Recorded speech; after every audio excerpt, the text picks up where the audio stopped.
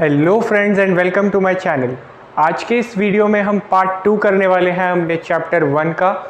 Class 8 ईडीज book 3 हमारी चल रही है और पार्ट 1 हम इसका ऑलरेडी कर चुके हैं, जिसमें हमने चॉकलेट केक बनाया भी था और खाया भी था मोस्ट प्रोबेबली।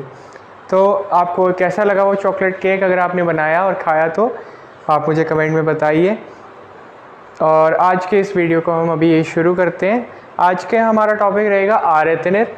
आर एथेनेर मतलब होता है टू रिमेंबर, मतलब लिटरल मीनिंग तो होता है उसका टू रिमेंबर, याद करना।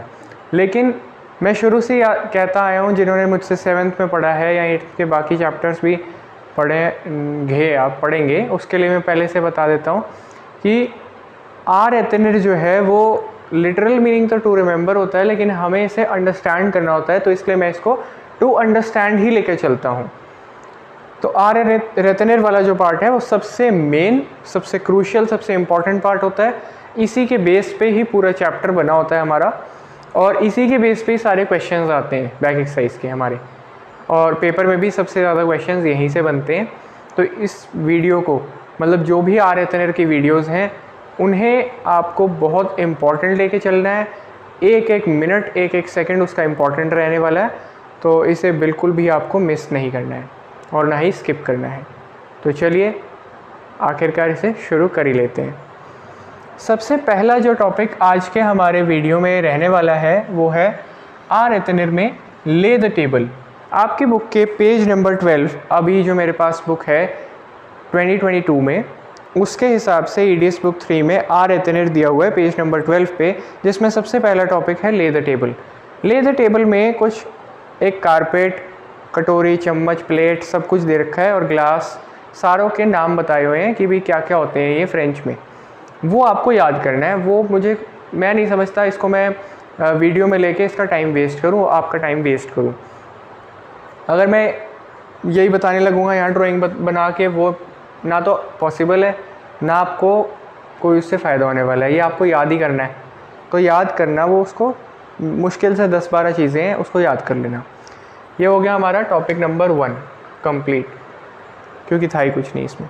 सेकंड टॉपिक भी ऐसा ही है, वो है एडवर्ब्स ऑफ क्वांटिटी। इसमें थोड़ी बातें हैं जो मैं समझा सकता हूँ।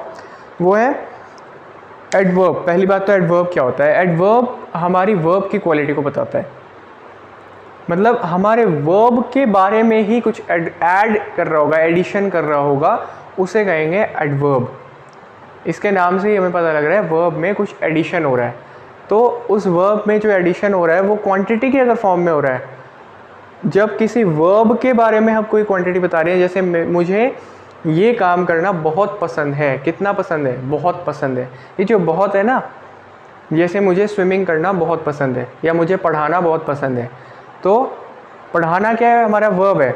उसके बारे में हम कुछ क्वांटिटी, एक हम वो बता रहे हैं, क्वालिटी बता रहे हैं कि मुझे पसंद है। कितना पसंद है? क्वांटिटी बता रहे हैं हम, तो एडवर्ब ऑफ क्वांटिटी होता है बहुत, बहुत पसंद है। ऐसे ही थोड़ा, बहुत, या फिर यहाँ पर not much, a lot of, little, a little, too much, enough of, less, fewer, more, so much, how many, ये सारी जितनी भी चीज़ें आती हैं ये एडवर्ब्स ऑफ क्वांटिटी में आती हैं। फिर वही बात है, इसको आपको याद करना पड़ेगा। अब यहाँ पे इन दो टॉपिक्स के लिए आई एम सॉरी, मैं आपको याद नहीं करवा सकता इन्हें, ना ही कोई मेरे पास ऐसा कोई मंत्र है जिसे आप पढ़ेंगे तो ये याद हो जाएंगे। तो आप इसको याद करो, कोई बात नहीं। एक चीज़ मेरे पास ट्रिक है इसकी, कि जैसे ही आप इन चीज़ों को याद कर लो, एक कॉपी लो, उसके अंदर इंग्लिश वाले सारे लिख लो, बुक बंद करो और फ्रेंच वाले लिख डालो। ऐसा 3 बार कर लो, सब याद हो जाएगा। पहली बार में लिख के चेक करो, थोड़ी गलती निकलेगी, दूसरी बार में थोड़ी कम निकलेगी, तीसरी बार में बिल्कुल परफेक्शन आ जाएगी। और जब गलतियां निकालो तो उसमें एक बात का ज़रूर ध्यान रखा करो कि जहाँ पे आप एक्सेंट्स लगाते हो, आप 8th में आके ये चीज़ें भूल जाते हो कि एक्सेंट्स भी कितने इंपॉर्टेंट है, वोकैबुलरी कितनी इंपॉर्टेंट है। तो ये सारी चीज़ें भूलो मत। इसका उतना ही इम्पोर्टेंस है जितना कि क्लास 5th से लेकर 7th तक था और आगे होने वाला है। ठीक है, चलते हैं अपने थर्ड टॉपिक की ओर, जो कि थोड़ा सा इम्पॉर्टेंट है। वो है हमारा subject pronoun on.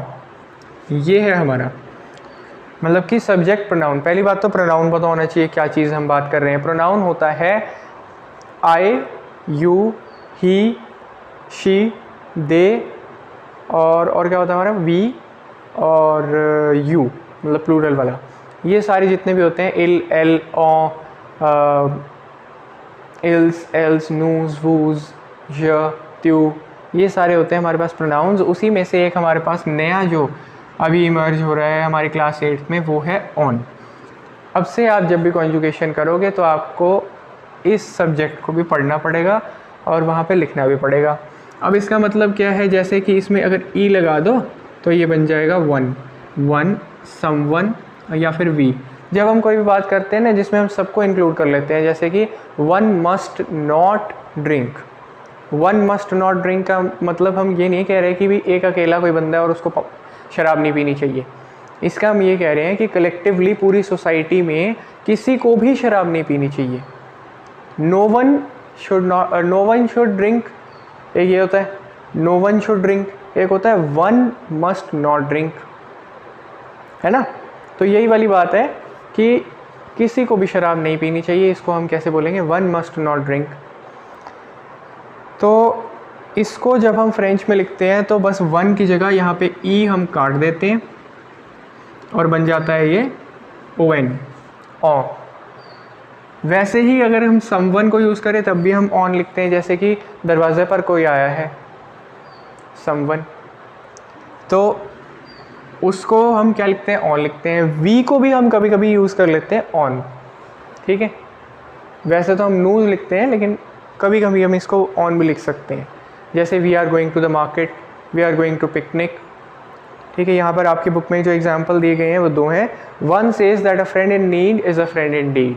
One says मतलब हर कोई कहता है या फिर कोई कहता है, तो उसके लिए भी ऑन यूज़ हो गया। और we are going to the market to do household shopping, तो इसमें भी हम ऑन यूज़ कर रहे हैं। ये थोड़ा सा बस इतना सा इम्पोर्टेंट था कि इसमें एक चीज़ इम्पॉर्टेंट है कि ये होता तो प्लूरल सेंस में है, मतलब इसकी सेंस तो प्लूरल है। वन मस्ट नॉट ड्रिंक पूरी सोसाइटी के लिए कलेक्टिवली बोल रहे हैं हम, लेकिन ये कॉन्जुगेशन जो होती है वो सिंगुलर में होती है और थर्ड पर्सन में। थर्ड पर्सन का मतलब क्या है, इल, एल, जो इसके साथ हम लगाते हैं वही वाली कॉन्जुगेशन हम ऑन के साथ भी लगाते हैं, ठीक है। और दूसरी बात, ये सिंगुलर में रहती है, एल्स में कभी नहीं जाएगी, इल्स में कभी नहीं जाएगी, ठीक है ना। ये ज़रूर ध्यान रख लेना इस बात को, मतलब कि इम्पोर्टेंट समझ लो, ठीक है। फिर हम आते हैं अपने फोर्थ टॉपिक पे, जो कि इस चैप्टर का मोस्ट इम्पॉर्टेंट टॉपिक है, मोस्ट इम्पॉर्टेंट। यहाँ पर अपने दिमाग के बिल्कुल सारे दरवाजे खोल दो। इस चैप्टर में से अगर कोई क्वेश्चन बनेगा तो वो इसी में बनेगा, पहली बात। बाकी चीज़ें और कहीं यूज़ होगी तो होगी, लेकिन इस चैप्टर में से अगर कोई स्पेसिफिक क्वेश्चन बनेगा ना तो इम्पेरेटिव पे ही बन सकता है मेरे हिसाब से भी, और बनेगा ही बनेगा। इम्पेरेटिव क्या होता है? इम्पेरेटिव हम उसे कहते हैं कि जो हम किसी को ऑर्डर देते हैं, जैसे कि मैं किसी से बात कर रहा हूँ, तुम चाय ले आओ। ये क्या होगी, एक सिंपल बात होगी, प्रेजेंट टेंस में हम बात कर रहे हैं। लेकिन जब मैं उसको इम्पेरेटिव में बोलूँगा, एक ऑर्डर की फॉर्म में बोलूँगा, तो बोलूँगा चाय लाओ। क्या बोलूँगा? चाय लाओ। तुम, हम, या फिर क्या कहते हैं आप, ये सब इसमें से ख़त्म हो जाता है ना। हम क्या बोलते हैं? चाय लाओ, ये करो, जाके वहाँ पे किताब पढ़िए, उसे उठा कर ले आओ, ठीक है। या फिर वहाँ से वो स्पीकर ऑन कर दो। किसी तरीके का ऑर्डर अगर देते हैं तो उसे बोलते हैं इम्पेरेटिव, और वहाँ से हमारा क्या डिलीट हो जाता है? तुम, हम या आप, ये तीनों चीज़ें इसमें से डिलीट हो जाती हैं। और ये तीन ही जो हमारे सब्जेक्ट्स हैं ये यूज़ होते हैं। कौन से? त्यू, न्यू, नू और वू। त्यू, नु, वू, त्यू, नू और वू। अब इसको यूज़ कैसे करना है? सिंपल टेक्निक है, बिल्कुल ट्रिक्स की फॉर्म में बता देता हूँ। त्यू, वू और नू, तीनों को डिलीट करना है। कोई भी यहाँ पे दे रखा है ना, इसमें से कोई भी वर्ब हो, उसके साथ जो भी यहाँ पे सब्जेक्ट लिखा है ना, इसको हमने छुपा देना है। डिलीट हो गया, सीधा रगाड़ से शुरू किया हुआ है ना। करना क्या है, इसमें भी कुछ नहीं करना। यहाँ पे कहीं पे सेंटेंस में फुल स्टॉप दिया होगा, उसको भी डिलीट कर देना है, फुल स्टॉप को भी डिलीट कर देना है, सब्जेक्ट को भी डिलीट कर देना है। ठीक है, 2 चीज़ें होगी डिलीट वाली। और हमने एक्सक्लेमेशन मार्क लगा देना है एंडिंग में। क्या करना है, एक्सक्लेमेशन मार्क लगा देना है एंडिंग में, एक ही लगाना है। ये मैंने रेड डिस्प्ले कर दिया कि भाई आपको अच्छे से एक दिख जाए। एक्सक्लेमेशन मार्क लगाना है, सिंगल एक्सक्लेमेशन मार्क, और ये बन गया इम्पेरेटिव। बस 3 ही स्टेप्स हैं। हमने सब्जेक्ट को डिलीट करना है, फुल स्टॉप को डिलीट करना है, और exclamation mark in the end लगाना है। हमारा बन गया इम्पेरेटिव। एक चीज़ जिसका बहुत ज़्यादा हमें ध्यान रखना ही पड़ेगा वो है हमारा point number 1, ER ending plus आलर। मतलब 2 टाइप्स के वर्ब, अगर तो कोई ER एंडिंग वर्ब है जैसे कि रगार्दर है, तो उसमें हमें त्यू के साथ, जैसे मान लो त्यू रगार्स दे रखा है, वू और नू का तो सेम रहेगा, वू हटाया नू हटाया और रगार्दर के आगे बस वो लगा दिया, एक्सक्लेमेशन मार्क लगा दिया। अगर त्यू है और ER एंडिंग वर्ब है तो हमने यहाँ से S भी हटाना है। बस S से हमारा एंड नहीं होना चाहिए वो, ठीक है ना। हमने यहाँ से S भी डिलीट कर देना है, बाकी सारा सेम रहेगा। बस इस बात को अपने दिमाग में गांठ बांध के रख लो। फिर उसके बाद हमारा सेकंड पॉइंट क्या हमने लिख दिया मैंने यहाँ पे कि भी एक्सक्लेमेशन मार्क लगाना है और रिमूव करना है हमने सब्जेक्ट और फुल स्टॉप को। ठीक है, जैसे ये 3 काम करोगे आपका क्वेश्चन कंप्लीट हो जाएगा, क्वेश्चन का आंसर कंप्लीट हो जाएगा। सबसे मोस्ट इम्पॉर्टेंट जो टॉपिक था, जो बच्चों को समझ में नहीं आता, वो मैंने आपको समझा दिया है। अब आप बाकी बच्चों से एक स्टेप आगे बढ़ चुके हो पहले ही। एक स्टेप और आगे बढ़ने के लिए आपने अगर एक्सेप्शंस याद कर ली तो आप 2 स्टेप और आगे पहुंच जाओगे। कि एक्सेप्शंस आपकी बुक के अंदर पेज नंबर, मैं बता देता हूँ, पेज नंबर 14 पे आपका एक छोटा सा बॉक्स दिया हुआ है, 4 हैं, गिन के 4 एक्सेप्शन है। एत्र, आबुआर, साबुआर, वुलुआर। एत्र, आबुआर, वुलुआर और साबुआर, ये 4 एक्सेप्शंस है। इन 4 एक्सेप्शंस को याद कर लो, इनकी क्या क्या हमारी, इनके मतलब 3 इम्पेरेटिव क्या क्या बनते हैं। जैसे एत्र का सुआ, सायों और सुए, ऐसे ये 3 4 के दिए हुए हैं, वो याद कर लो, आपका काम ख़त्म। आपका इम्पेरेटिव वाला सारा काम ख़त्म हो जाएगा। नेगेशन एक हमारा टॉपिक है, इसी में वो पूछ लेंगे कि ये दे देंगे, यही वाला, इसमें जैसे ये दे देंगे त्यू न पाल्डपा, त्यू न पाल्डपा दे देंगे और उसको कहेंगे कि इम्पेरेटिव में बदलो। इम्पेरेटिव में बदलने के लिए क्या करते हैं हम, इसको कर देंगे डिलीट। ये क्या है हमारा सब्जेक्ट, बाकी सारा एज इट इज़ बिल्कुल सेम रहेगा, बिल्कुल सेम। और यहाँ से फुल स्टॉप को भी कर देंगे डिलीट और एक्सक्लेमेशन मार्क को कर देंगे हम ऐड। न पाल्डपा, और क्या है ये, ER एंडिंग वर्ब है। क्या है ये, ER एंडिंग वर्ब है, तो यहाँ पे हम क्या नहीं लगा सकते, S नहीं लगा सकते, तो इसलिए हमने S भी डिलीट कर दिया। ठीक है, क्या क्या किया, सब्जेक्ट डिलीट कर दिया, फुल स्टॉप डिलीट कर दिया, एक्सक्लेमेशन मार्क ऐड कर दिया और S हमने हटा दिया। अगर तो त्यू है, क्यों है, त्यू है, S नहीं आया। ठीक है ना। अगर यहाँ पे वू या फिर नू होता तो यहाँ पे ONS या EZ आ सकता था, उसकी कोई दिक्कत नहीं थी। फिर उसके बाद हमारा नेक्स्ट टॉपिक आता है प्रोनोमिनल वर्ब्स। अब ये प्रोनोमिनल वर्ब्स क्या होते हैं भाई, प्रोनोमिनल वर्ब्स आपने पहले पढ़े हुए हैं 7th क्लास में। वो होते हैं त वाले, मतलब कि जिसमें हम ज के साथ म लगाते हैं, त लगाते हैं, त्यू के साथ ऐसी, नू के साथ एक और बार नू लगा देते हैं, वू के साथ एक और बार वू लगा देते हैं। ये सारी जो चीज़ें होती हैं इसको कहते हैं प्रोनोमिनल वर्ब्स। अब इनको कैसे इम्पेरेटिव में बदलना है ये पूछ रहे हैं वो। इसको अगर तो त्यू वाला आ गया, कि आएगा 3 में, तू, त्यू, नू और वू, तो तू और त्यू में भी इतनी हो जाती है ना, त्यू, नू और वू में ही आएगा। अब मान लो त्यू में आ गया, त्यू में आया तो त्यू के साथ क्या आता है, त आता है और कोशेज आएगा। मान लो जो भी दे रखा होगा वहाँ पे एस दिया होगा। करना क्या है, इसको रिवर्स कर देना है। पहले कूच आ जाएगा, बीच में हाइफन आ जाएगा और त का त्युआ बन जाएगा। क्या बन जाएगा, त का तो ही बन जाएगा, ठीक है। ऐसे अगर नू कुशॉन्स आएगा तो कुशॉन्स नू हो जाएगा, कुशॉन्स नू हो जाएगा। इसमें कोई चेंज नहीं करना, सिर्फ त का तुआ बनाना है, त का तो ही बनाना है। त का तो ही बोल लो, तुआ बोल लो, एक ही बात है, जैसे आपको याद रहे।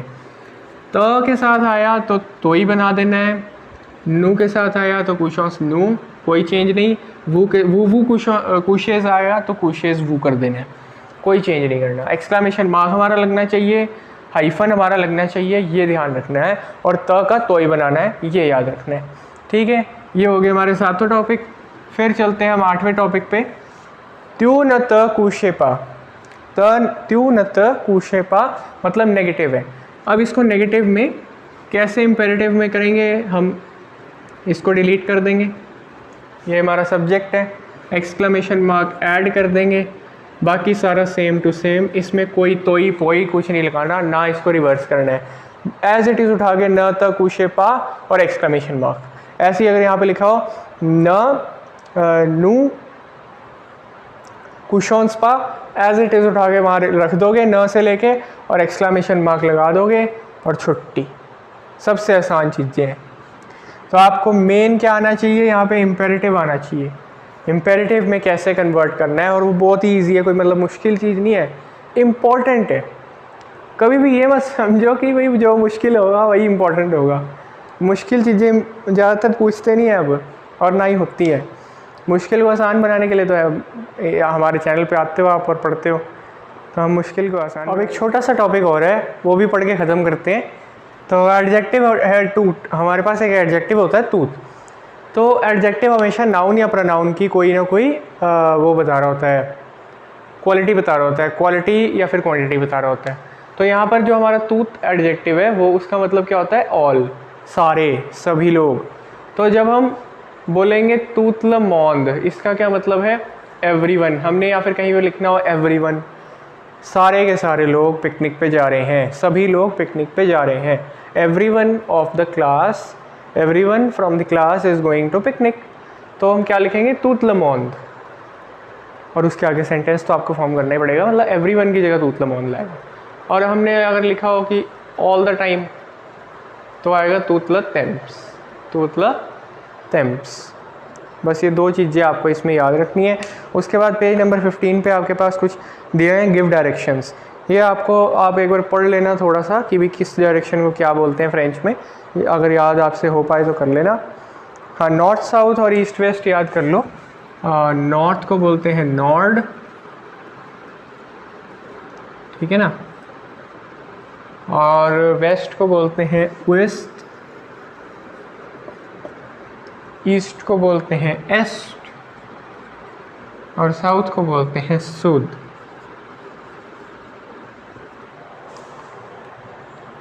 तो ये एक बार याद कर लो, बाकी सारी चीज़ें हमारी कंप्लीट हो ही गई हैं। हमारा चैप्टर कंप्लीट होता है यहाँ पे, मतलब आ रहे थे।